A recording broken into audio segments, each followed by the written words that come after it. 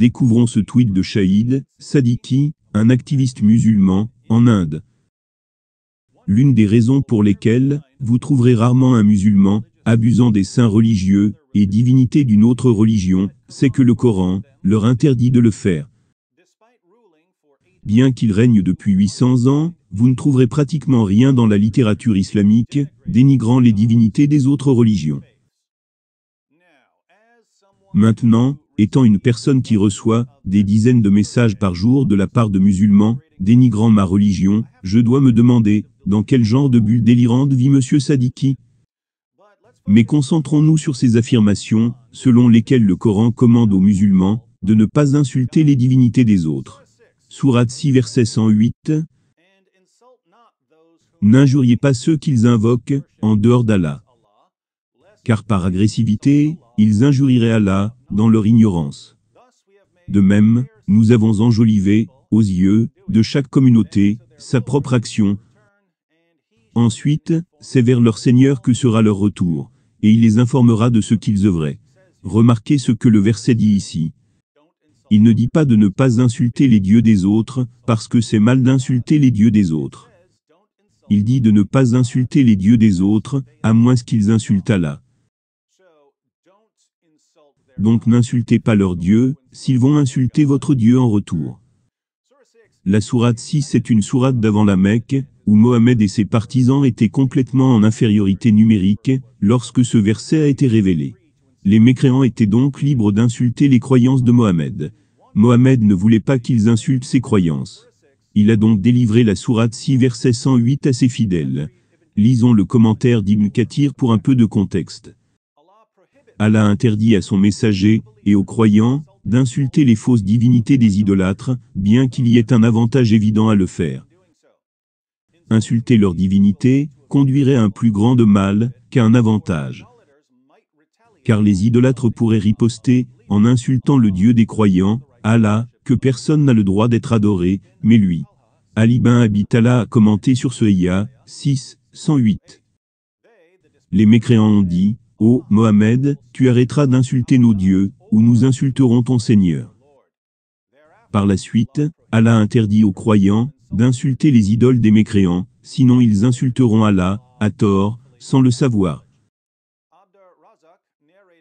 Abdur Razak a raconté que Mamar a dit, que Qatada a dit que les musulmans avaient l'habitude d'insulter les idoles des mécréants, et que les mécréants répliquaient, en insultant Allah à tort, sans le savoir. Donc avant que la sourate 6 ne soit révélée, les musulmans insultaient les dieux des non-musulmans. Pourquoi faisaient-ils cela?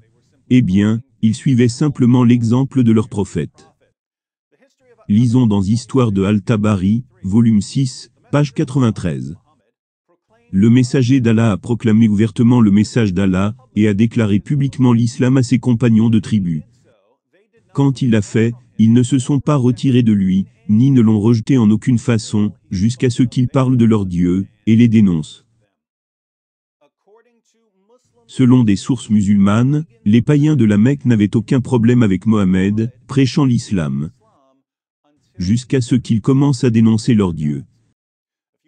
Quelques pages plus loin, de Al-Tabari, les païens se plaignent de l'intolérance religieuse de Mohammed.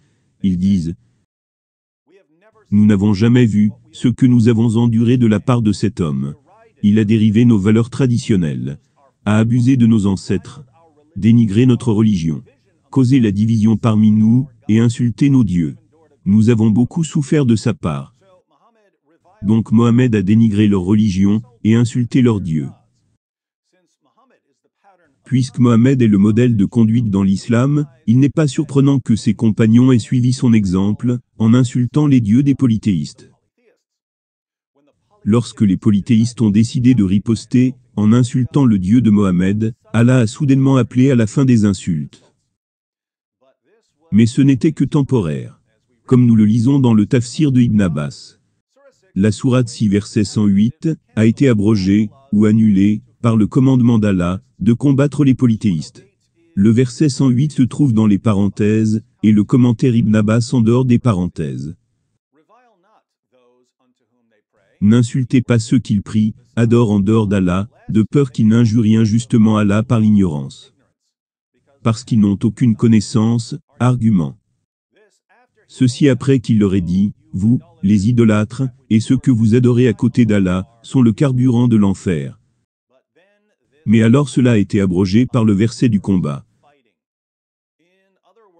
En d'autres termes, lorsque Mohammed et ses partisans étaient en infériorité numérique à la Mecque, il leur a été ordonné de ne pas insulter les polythéistes, parce que les polythéistes insulteraient Allah en retour. Mais quand Mohammed avait une armée, et pouvait subjuguer violemment les polythéistes, il était de nouveau acceptable d'insulter leur Dieu. Et c'est exactement ce que nous trouvons dans les sources musulmanes. Dans le passage suivant, Mohammed était en guerre avec la Mecque, et un païen nommé Urwa souligne qu'il n'y a que deux issues possibles pour Mohammed. Si Mohammed est victorieux sur sa propre tribu, les Quraysh, il restera dans les mémoires comme un homme qui a massacré les membres de sa propre tribu. Si les Quraysh sont victorieux sur lui, ses partisans l'abandonneront. D'une manière ou autre, Mohammed perdra. Il devrait donc mettre fin à sa guerre contre les Quraysh. Pas un mauvais argument.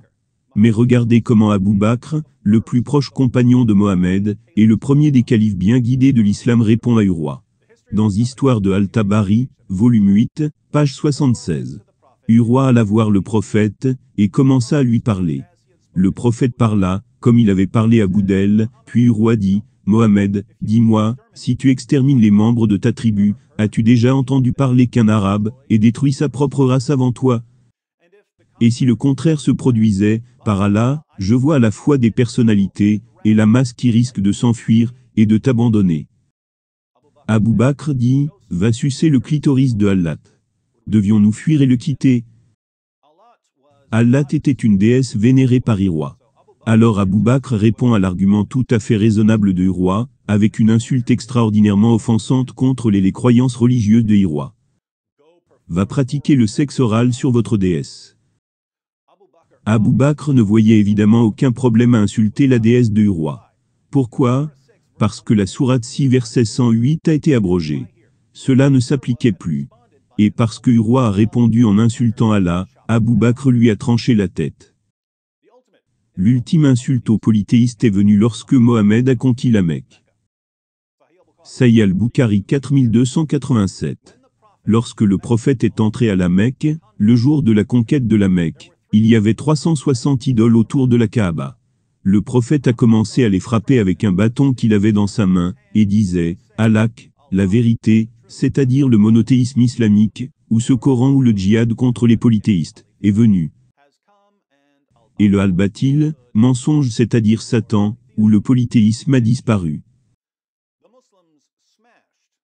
Les musulmans ont brisé les 360 idoles des polythéistes. Cela ressemble-t-il à un groupe d'hommes convaincus que Dieu ne veut pas qu'ils insultent les dieux des autres? Bien sûr que non. Alors, quel est le vrai principe à l'œuvre ici?